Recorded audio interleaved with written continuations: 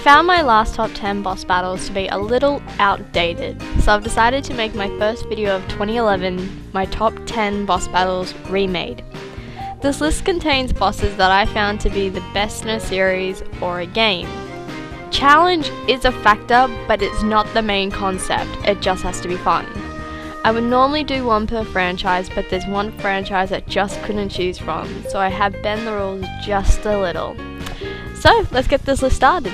Let's begin. How can I not, when you've beaten it into my head?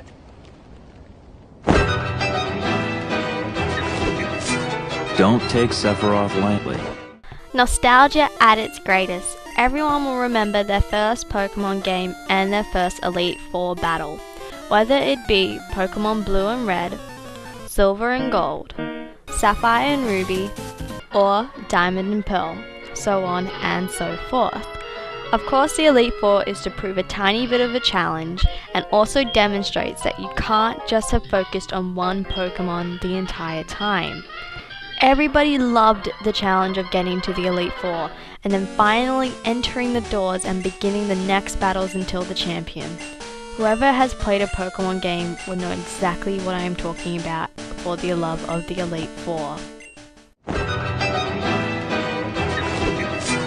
Don't take Sephiroth lightly. Before this is over, I'll show you the true power of chaos control! Good versus evil, evil versus good. Whatever way you played, this was still one of the best boss battles yet for a Sonic game. And for me, this was more difficult than the final boss. The music for me was not so bad either. It set the mood and the rush so perfectly. The only thing that bugged me was the cameraing at times. Not only was it very frustrating, but I managed to fail hard when it came to the jumping. Not so good when you're falling off the edge.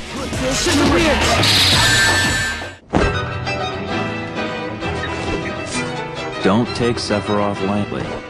I will admit I get bored in some of the boss battles in Super Mario Galaxy, but this boss sure did wow me.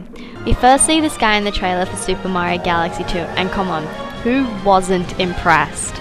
Gobble got number 2 really annoyed me and it lost all its fun, but the first one I fell in love with and thought it was just amazing when I first saw him. I even got goosebumps when I was in the encounter. Spinning his gut, him eating the earth, it was an amazing fight. It was a dragon, come on now. It really did show that Super Mario Galaxy 2 had taken it up a notch and the rest of the game was going to rock.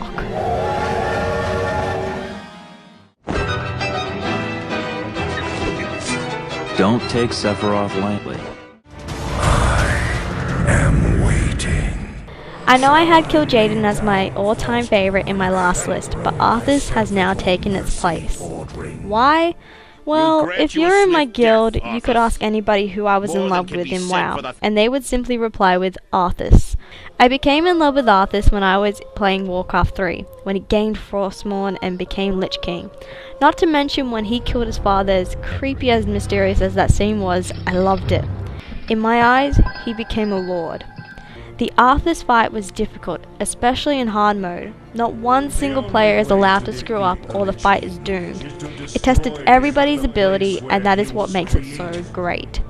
I unfortunately never got to defeat him on hard mode, as I took a break from WoW when it was near its last few weeks until expansion. But I was there for many attempts and wipes on him, and Arthas, you truly have shown us your skills. Don't take Sephiroth lightly. Kill them. That is He's back! That's right, this guy has stayed on my list. I was going to put Sid Reigns, but he did not have that much of an impact on me than Mr. Seymour did. This guy, I seriously still hate. I still twitch when I see him on the screen. He reminds me of George from Desperate Housewives. Yeah, I know, that's right. I watch Desperate Housewives. I hate this guy just as much as I hate Seymour.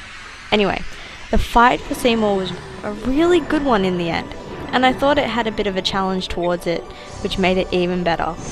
But there's nothing as good than finally getting rid of him and not having to deal with him ever again.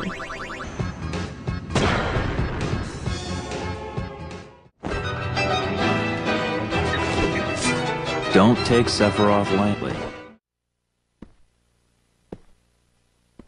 Look out! Rooster! Flurry, flurry, Van Van! Birth by Sleep. I still consider one of the greatest Kingdom Hearts games ever. Well, in my opinion. And Lucifer was such a fun fight as well.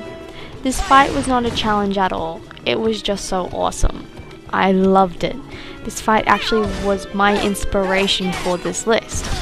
You being a mini Ventus getting chased down by a cat. Tom and Jerry all over again. This was the first real fight that I enjoyed in Kingdom Hearts Birth by Sleep, and I still giggle each time I try and do the fight again.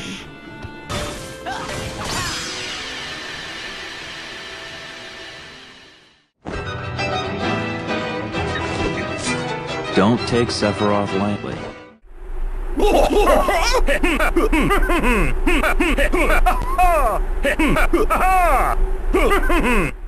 A stereotypical Italian opera singer for you right here, and this guy doesn't want to fight you in front of the ladies. Instead, he will sing you to death. Huh. His boss battle theme is probably one of my favorite themes ever. It is even my ringtone.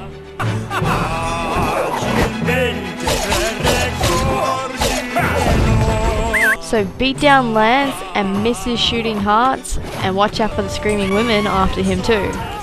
It is such a shame Henry Hatsworth won't allow you to replay boss battles, because I would play this one over and over again. It seriously wowed me that much, and this game is already so unique in its own way that it is impressive how good some of these boss battles are. Lance, you seriously are a hero in my eyes.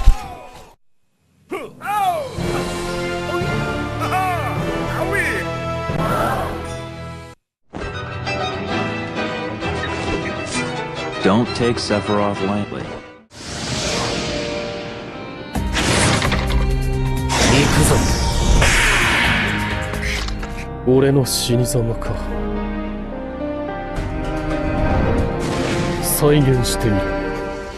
I could not pick between these two fights. Each time I tried to think it over, I still came back to the same conclusion. They are both epic and amazing fights. Sasori vs Sakura is the third boss battle after Kakashi and Deidara's fight.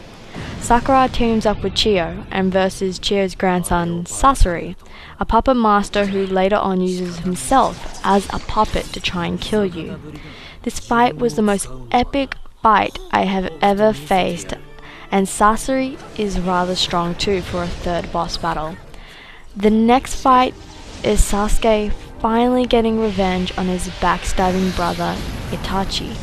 I put backstabbing lightly. I do know the story for his doing, so don't say anything about this. I found this fight really emotional because it's brother versus brother. Itachi managed to kill his own mother and father, but spared Sasuke his little brother. He cared too much for Sasuke to kill him, and in the end, points towards Sasuke's forehead, giving him his eyes, and dies in front of him. The whole reason of not being able to choose between them is because we have epic versus emotional.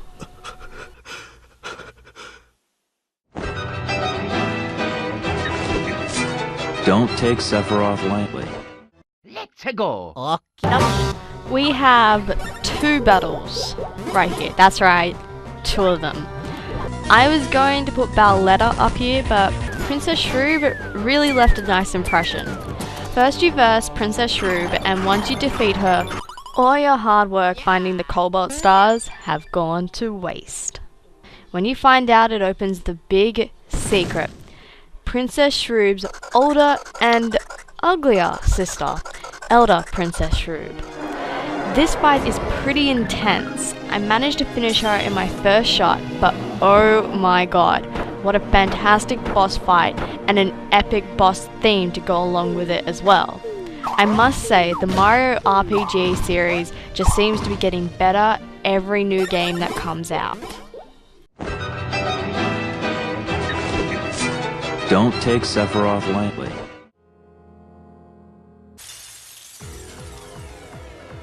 Estelle, a princess, a noble. She followed you everywhere you went and was loyal to you. She is also known as the insipid poison on the world because of her holy arts she can use without a blaster. She is also known as a tool, an instrument by one of the captains of the Royal Knights, and this is where the whole fight begins. Every person so far who has played Tales of Vesperia will always have a soft spot for Estelle. She was a great companion to travel with, and when the fight begins, her last wishes to Yuri, the main character, is... Please. Before I can hurt anyone else. Please.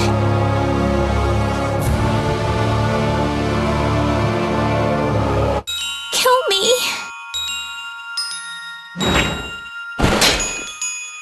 I'll set you free. Then the music starts, and the whole fight happens.